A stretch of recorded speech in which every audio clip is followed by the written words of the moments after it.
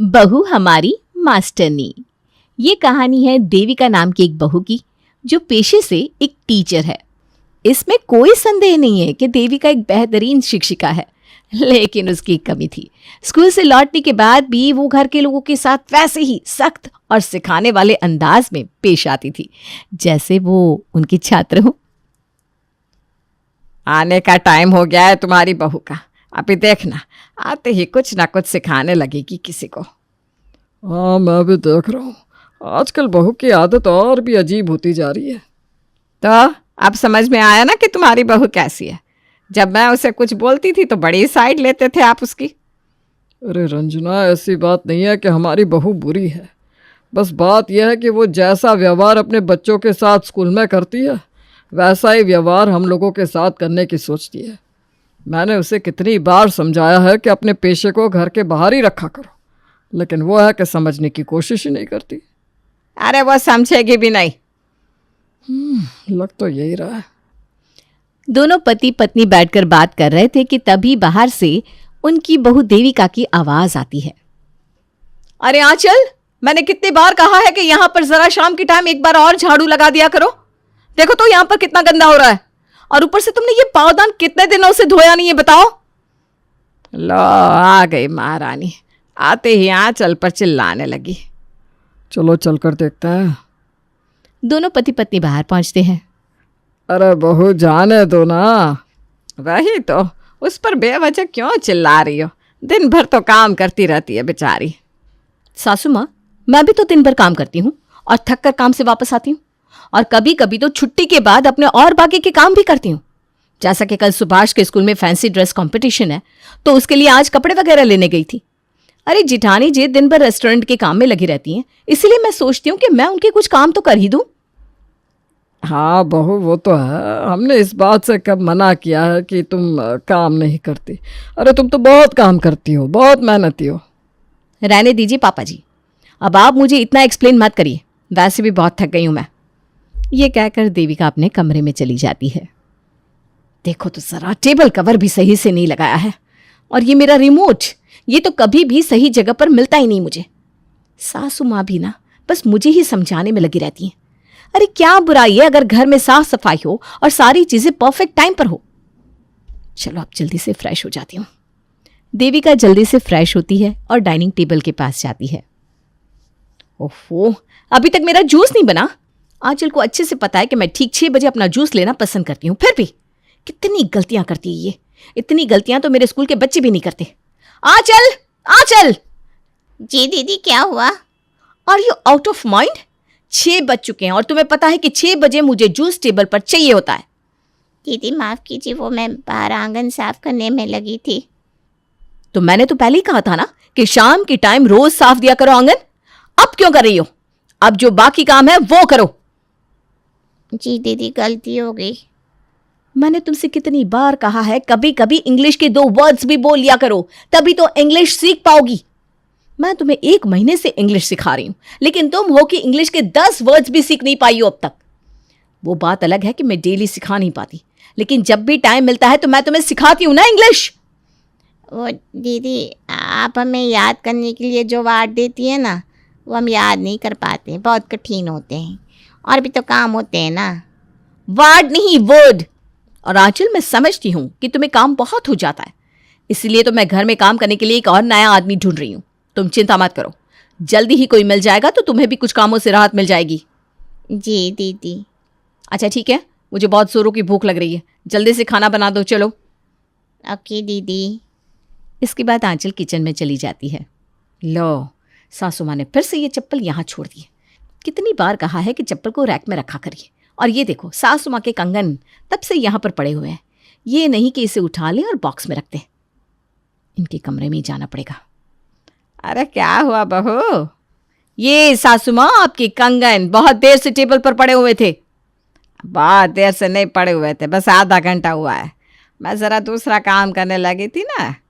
सासू माँ, आप ये हमेशा बोलती हैं और दोबारा वही चीज़ करती हैं। मुझे पता है कि आपके ये कंगन मुझे कल फिर से उसी टेबल पर मिलेंगे। अरे तो क्या हो गया? मैंने कोई गुनाह कर दिया क्या?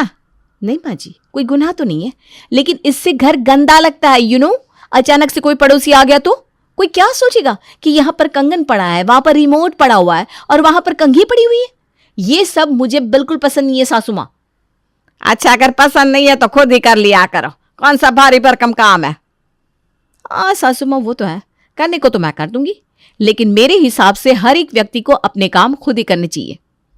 देखो बहू, वैसे भी ना मैं अभी रेस्टोरेंट से 4 बजे वापस घर आई हूँ, तो मैं बहुत थक गई हूँ और मेरा दिमाग भी ना एकदम गर्मा गर्म है, तो इसलिए चुपचाप प्लीज अपने कमरे में चली जाओ। देविका गुस्से में कमरे में चली जाती है। ये दिन बीत जाता है और अगला दिन आता है। देवरानी जी, आज आप सुभाष को स्कूल छोड़ देंगी? आज हमें रेस्टोरेंट थोड़ा जल्दी जाना है। वो क्या है ना, त्योहार भी आने वाला है तो रेस्टोरेंट में ज़्यादा भीड़ रहती है, तो काम भी बहुत हो जाता है। अच्छा जेठानी जी, ये बताइए त्योहार को इंग्लिश में क्या कहते हैं? फिसका। क्या जेठानी जी, ये क्या बोले जा रही हैं? यहाँ पर क्या कोई कॉमेडी शो चल रहा है? अरे ना फुस ना फस, फेस्टिवल कहते हैं, फेस्टिवल। अरे हाँ वही देवरानी जी, वही फिस। उफ़ो जेठानी जी, आप हमारी जेठानी हैं जेठानी। अरे हमें देखिए, हम अंग्रेजी कितनी फर्राटे से बोलते हैं और आप हैं कि फेस्टिवल नहीं बोल पा रही हैं। और देखिए, मैं आपका कोई मजाक नहीं उड़ा रही हूँ जेठानी जी, मैं बस ये कह रही हूँ कि आपको भी थोड़ी बहुत अंग्रेजी आनी चाहिए। अरे हैप्पी रेस्टोरेंट की मालकिन है आप ही सोचिए, कहीं अगर किसी दिन आपके रेस्टोरेंट में कोई फॉरेनर फूड ब्लॉगर आ जाए तो आप उनसे अंग्रेजी में कैसे बात करेंगी? हाँ हाँ वही तो, सही कहा। आपको बस यही वर्ड आता है, वही तो। अरे सीखिए ना अंग्रेजी। अच्छा ठीक है, अभी आप जाइए जल्दी, सासू माँ तैयार हो गई हैं, नहीं तो बहुत गुस्सा करेंगे आपके ऊपर। हाँ हाँ हाँ। महिमा अपनी सासू माँ के साथ रेस्टोरेंट के लिए निकल पड़ती है उसी शाम। अच्छा आशीष, ये सब्जी तुम्हें कैसी लगी? ये मैंने बनाई है, आज थोड़ा फ्री टाइम था तो सोचा कुछ बना लेती हूँ। यार देविका, तुम तो मल्टी टैलेंटेड हो, तुम्हें तो बहुत सारे काम आते हैं। वाकई में ये सब्जी ना एकदम टेस्टी बनी है। थैंक यू सो मच पतिदेव। अच्छा ठीक है, आप खाइए, मैं 5 मिनट में आती हूँ। ओके। देविका उठकर वहाँ से चली जाती है और आशीष थोड़ी देर में ही अपना खाना ख़त्म कर लेता है और अपना प्लेट वहीं पर करीब 1 मिनट के लिए छोड़कर चला जाता है। इसी वक्त आ जाती है देविका। इनसे मैंने कितनी बार कहा है कि जब भी खाना ख़त्म कर लिया करिए तो चुपचाप अपनी प्लेट सिंक में डाल दिया करिए, लेकिन नहीं, ये तो कहीं के नवाब है ना, हमेशा नवाबगिरी दिखाते रहते हैं। अरे क्या हुआ देविका, इतना गुस्से में क्यों? गुस्से में क्यों नहीं होंगी? ये देखिए, आपका प्लेट कब से यहाँ पर पड़ा हुआ है? अरे कब से नहीं पड़ा हुआ है, बस 1 मिनट हुआ है। एक्चुअली बॉस का कॉल आ गया था। अरे तो कॉल करते करते ही प्लेट को सिंक में रख देते। हाँ, आपको बस बहाना चाहिए। देविका, इतनी छोटी सी बात के लिए इतना गुस्सा क्यों कर रही हो? छोटी सी बात, जब देखो एक ही बात को रिपीट करते रहते हो जैसे कोई नर्सरी के बच्चे हैं। अरे छोटी बात कब बड़ी बन जाती है ये किसी को पता नहीं चलता। तभी देविका की सासू माँ आ जाती हैं। बहू बहुत हो गया, मेरा बेटा तुम्हें कुछ बोल नहीं रहा तो पटर पटर बोले जा रही हो। तुम्हें अपने पति की इज्जत करनी चाहिए। माँ रहने दो। हाँ रंजना, बेवजह बात को आगे मत बढ़ाओ। हाँ, जब ये बोलेगी तो कोई उसे कुछ नहीं बोलेगा, लेकिन मैं बोलने लगी तो तुम दोनों मुझे चुप करवाने लगे। अरे देख नहीं रहे हो दिन भर इसकी आदत कैसे बिगड़ती जा रही है? माँ जी, मेरी ऐसी कोई भी आदत नहीं है जो बुरी हो।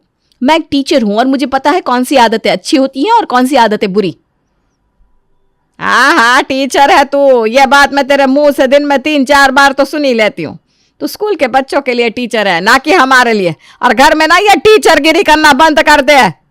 सासू माँ, मैं जैसी हूं वैसी ही रहूंगी, मैं किसी के कहने पर बदलने वाली नहीं हूं। हाँ तो चली जाना अपने मायके, ये सब वहीं पर करना। माँ जी, ये मेरा भी घर है, सिर्फ आपका घर नहीं, इसलिए ये सास वाले डायलॉग तो आप अपने पास ही रखिए। याद रखिए, मैं देविका हूं, देविका। इस तरह दोनों सास बहू बहुत झगड़ती हैं और अपने पतियों की बात भी नहीं सुनती। इसके 5 महीने बाद सासू माँ, जब से हमारे रेस्टोरेंट का शेफ़ मनोज हमारे रेस्टोरेंट से चला गया है, तब से बहुत सारे ग्राहकों ने आना ही बंद कर दिया है। हाँ माँ, वो काफ़ी अच्छा शेफ़ था। उसके बनाए हुए छोले भटूरे और डोसा सभी लोगों को बहुत पसंद आते थे। पता नहीं अब क्या होगा, कहीं हमारे बिजनेस को नुकसान ना हो जाए। चिंता मत कर बेटा, ऐसा कुछ नहीं होगा। हाँ शेखर, हम लोग ऐसा कुछ नहीं होने देंगे। जेठ जी, ऐसा कुछ भी नहीं होगा। वैसे भी स्कूल की 2 महीने की छुट्टी है, तो मैं सोच रही हूँ कि मैं भी आप लोगों की मदद कर दूँ, क्योंकि वैसे भी रेस्टोरेंट में अभी वर्कर्स की संख्या कम है। तो अगले दिन ये परिवार अपने रेस्टोरेंट पहुंचता है। अरे जिठानी जी, ये जो एडवर्टाइजिंग बोर्ड है आपने यहाँ पर क्यों रख रखा है? अरे यहाँ नहीं, इसे यहाँ पर रखिए, तभी तो लोग इसे नोटिस करेंगे और अच्छे से पढ़कर रेस्टोरेंट के अंदर आएंगे। इन छोटी छोटी बातों का ध्यान रखा करिए। बोल तो ऐसे रही है जैसे 50 साल का एक्सपीरियंस है। जेठ जी, ये फेक प्लांट्स इसको यहाँ नहीं, थोड़ा सा ऊपर लगाइए, तभी ज़्यादा अच्छा लगेगा। सबको बड़ा ऑर्डर दे रही है महारानी। वाकई में देविका जब से रेस्टोरेंट में आई तब से सबको बस इंस्ट्रक्शन ही दिए जा रही थी। ये जो पाव भाजी बनी है ना, इसमें नमक थोड़ा सा कम है, अगर थोड़ा सा तेज़ कर दिया जाए तो कस्टमर्स को काफ़ी पसंद आएगा। और मुझे लगता है गरम मसाला भी थोड़ा कम है। अरे नहीं, नमक बिल्कुल ठीक है और इसमें गरम मसाला भी बिल्कुल ठीक पड़ा हुआ है। ज़्यादा डाल देंगे तो इसका टेस्ट बिगड़ जाएगा। जी माँ जी। हाँ माँ। नहीं माँ जी, मैंने कहा ना इसमें गरम मसाला थोड़ा कम है और नमक भी कम है। तुम्हारे बोलने से कुछ नहीं होता।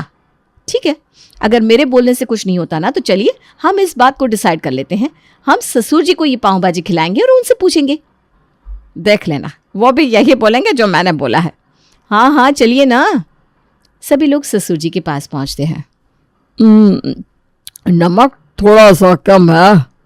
और पापा जी, इसमें गरम मसाला भी कम पड़ा है ना, सच सच बताइएगा।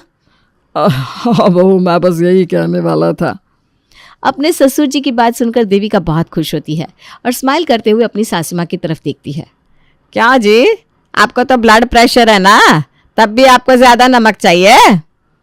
अरे रंजना, मुझ पर गुस्सा क्यों कर रही हो? कुछ नहीं, रहना दीजिए आप। अब मैं आपसे क्या कहूँ? माँ जी, आप बेवजह ससुर जी को ऐसा क्यों बोल रही हैं? रंजना इस बार कुछ नहीं बोलती और चुपचाप वहाँ से चली जाती है। इसे तो मैं आप ही सबक सिखाती हूँ।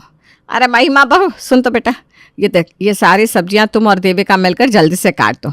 और हाँ, जल्दी करना, और भी काम है। जी माँ जी।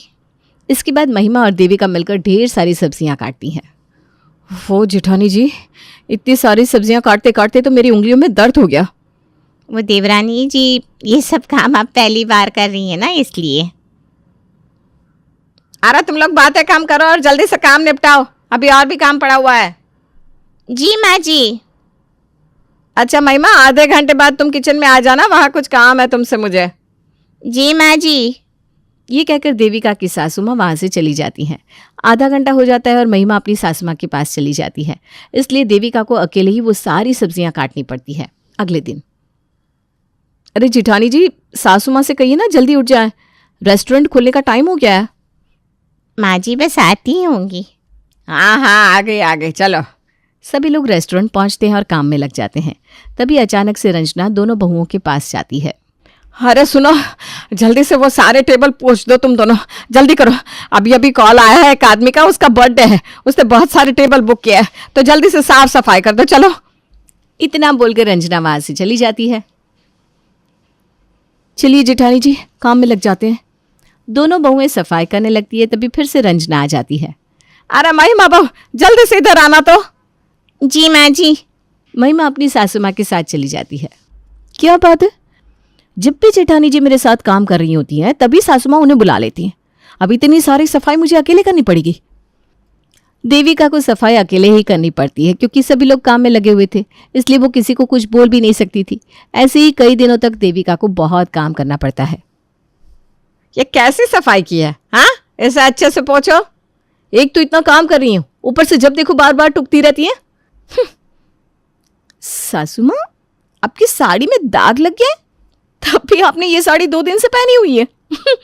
इससे साफ तो मेरे स्कूल के बच्चों के कपड़े रहते हैं। अच्छा, तो तुम्हें क्या पता कि काम करते वक्त ऐसे छोटे मोटे दाग तो लगते रहते हैं। हाँ हाँ ठीक है। और माँ जी, ये आपकी सामान को इधर उधर रखने की आदत अभी तक नहीं गई? वो देखिए, वो आपका फ़ोन कितनी देर से वहाँ पर रखा हुआ है, और आपकी ये चप्पल भी कब से यहाँ पर पड़ी हुई है। तू मेरी बहू है, मेरी टीचर नहीं, इसलिए ज़्यादा मत बोला कर। लास्ट बार बोल रही हूँ, जब देखो सब पर टीचर की तरह हुक्म चलाती रहती है। अच्छा, और जो आप बार बार मेरी टीचर बनने की कोशिश कर रही हैं उसका क्या? जब देखो इतना सारा काम दे देती है मुझे आपकी सारी चाल मालूम है। अच्छा, जरा सा काम करना क्या पड़ गया तो तुझे ये चाल लगने लगी। चालू तो है ही आप। तो तू कौन सी कम चालू है? दिन भर स्कूल में कुर्सी तोड़ती रहती है और घर आकर थकने का नाटक करती है। माँ जी मुझे जो बोलना है बोलिए, लेकिन मेरे काम के बारे में कुछ मत बोलिए। बोलूंगी बोलूंगी 1000 बार बोलूंगी। क्या कर लेगी तू? बहुत कुछ कर सकती हूँ मैं। क्या कर लेगी? बोल ना, बोल क्या कर लेगी? मैं भी देखती हूँ, आज तू या मैं। अरे सासू माँ रहने दीजिए ना देवरानी जी। अरे जेठानी जी आप बीच में मत बोलिए। बहू तो बीच में मत बोल, मैं आज इसे ठीक करके ही रहूंगी। अरे मुझे क्या ठीक करेंगी आप? पहले आपको खुद को बदलने की जरूरत है। तभी वहां पर अनंत आ जाता है। आप दोनों कितना लड़ रही हैं। आप दोनों की इस लड़ने की आदत के कारण कस्टमर पर इफेक्ट पड़ सकता है। वही तो, बंद करो ये सब और थोड़ी शांति रखो। अरे लेकिन लेकिन कुछ नहीं माँ, आप दोनों हमारे बिजनेस को बढ़ाना चाहती हैं या घटाना चाहती हैं? वही तो, हमें माफ़ कीजिएगा देवरानी जी और सासू माँ, ऐसे तो हम लोगों का बहुत नुकसान हो जाएगा। वही तो, ये बात आप दोनों समझने की कोशिश क्यों नहीं करती? तभी शेखर दुखी होकर अपने सर को पकड़ लेता है। उसे ऐसे देखकर देविका और उसकी सासू माँ बहुत दुखी होती हैं। मुझे माफ़ कर दीजिए आप सभी लोग, आगे से ऐसा कुछ नहीं होगा। हाँ, मुझे भी माफ कर दीजिए। तो अब सब कुछ ठीक हो गया है। देविका को समझ में आ गया है कि उसे घर को घर समझना चाहिए। वहीं उसकी सासू माँ भी अब देविका को बेवजह नहीं डांटती।